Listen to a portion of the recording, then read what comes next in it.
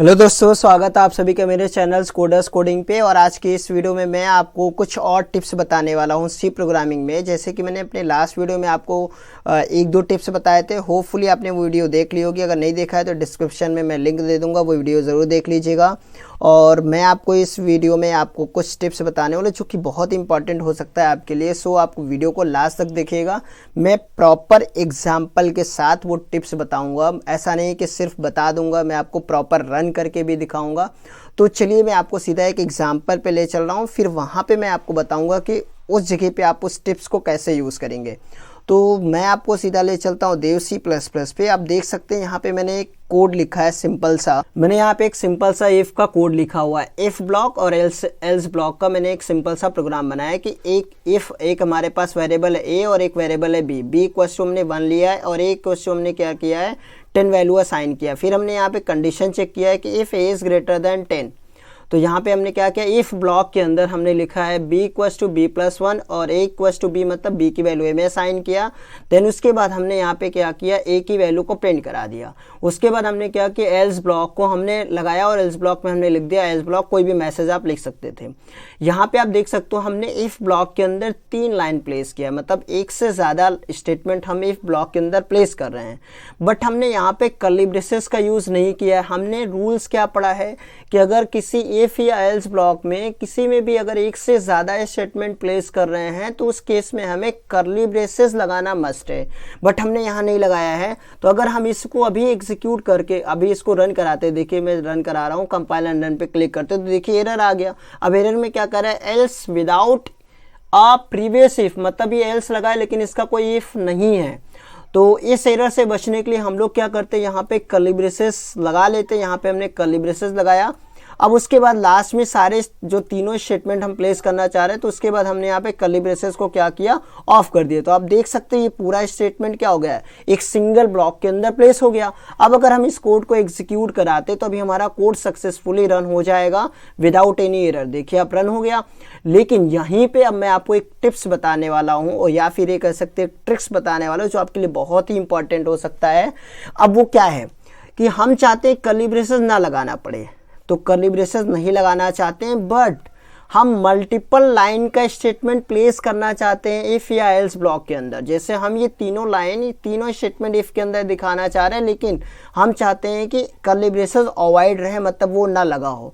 तो एक काम करिए, with the help of comma operators, comma operator का यूज करके आप इन तीनों स्टेटमेंट को एक ही लाइन में लिख दीजिए।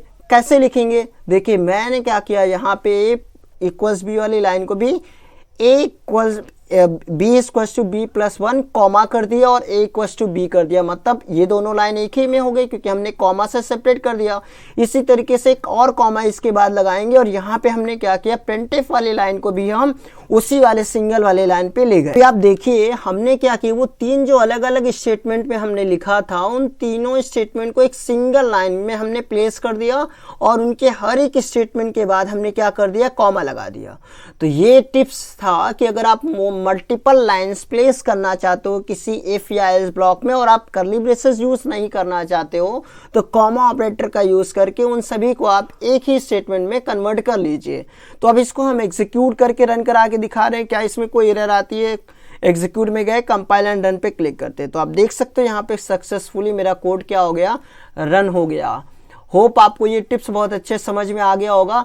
अब एक और अनदर टिप्स है, वो टिप्स कहाँ पे यूज होगा, मैं आपको पहले वो सिचुएशन दिखाऊंगा, उसके बाद फिर मैं आपको वो टिप्स भी बताऊंगा यहाँ करके। सेकंड टिप्स क्या है बच्चों, ये इसी एफएल से रिलेटेड है, वो टिप्स एफएल से ही रिलेटेड है। वो क्या है, सपोज दैट मुझे ये फाइंड आउट करना हो कि ये जो ए और बी है, ए बी में से ग्रेटर कौन है, तो हम यहाँ पे क्या लगाएंगे, ए इज ग्रेटर देन बी।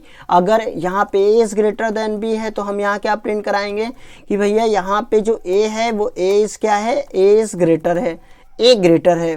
ठीक, अगर ये कंडीशंस क्या हो गई, फॉल्स हो गई, तो हम क्या करते हैं यहाँ एल्स में आएंगे और एल्स में क्या प्रिंट करा देंगे कि ऐसा है यहाँ पे बी इज ग्रेटर है, ए ग्रेटर नहीं है। तो आप देख सकते हो कि यहाँ पे हमने क्या किया, दो वैल्यूज में ग्रेटर फाइंड आउट करना हो या दो वेरिएबल्स में ये चेक करना हो कि बोथ आर इक्वल और नॉट, या ऐसे वो प्लेसेस सिंपल सा एफ एल्स वाले क्वेश्चंस, जो ऐसे प्रॉब्लम्स जो सिंपल से होते हैं जिन्हें आप एफ एल्स के थ्रू करते हो, आप उन्हें एफ एल्स के थ्रू ना करके आप उन्हें सिंपल सा टर्नरी ऑपरेटर का यूज करके भी कर सकते हो। जैसे हम इस पूरे लाइन को एक कमेंट में कन्वर्ट कर दे रहे हैं।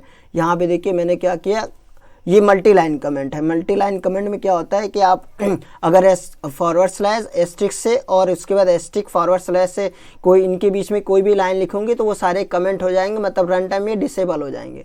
तो ये जो हम 4 लाइन लिख रहे थे इसकी जगह पे हम सिंपल सा क्या लिख सकते हैं, यहाँ पे ए इज ग्रेटर देन बी, उसके बाद ब्रैकेट के बाहर यहाँ क्वेश्चन मार्क और यहाँ पे प्रिंटफ लगाएंगे। और प्रिंटफ में हमने क्या लिख दिया कि अगर ये कंडीशंस ट्रू है तो क्या प्रिंट हो जाए, ए इज ग्रेटर, क्या प्रिंट हो जाए, ए इज ग्रेटर। और अगर ये कंडीशन फॉल्स हो जाए तो यहाँ कॉलन लगाएंगे और यहाँ पे हम प्रिंट में आ गए, प्रिंटफ लगाया और यहाँ पे हम क्या प्रिंट करा देते कि भैया ऐसा है कि बी इज ग्रेटर है।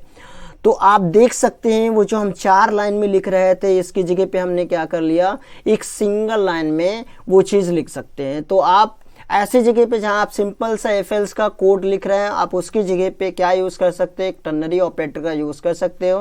होपफुली आपको ये टिप्स भी आपके लिए बहुत ही हेल्पफुल होगी आपके लिए। तो मैं इसको पहले रन करा के दिखा दे रहा हूँ। एग्जीक्यूट में जाता हूँ और कंपाइल रन पे क्लिक कर दे रहा हूँ। देखिए प्रॉपर क्या हो गया, एग्जीक्यूट होकर कह रहा है ए इज ग्रेटर, सही है, ए इज ग्रेटर है क्योंकि ए की वैल्यू 10 और बी की वैल्यू 1 है।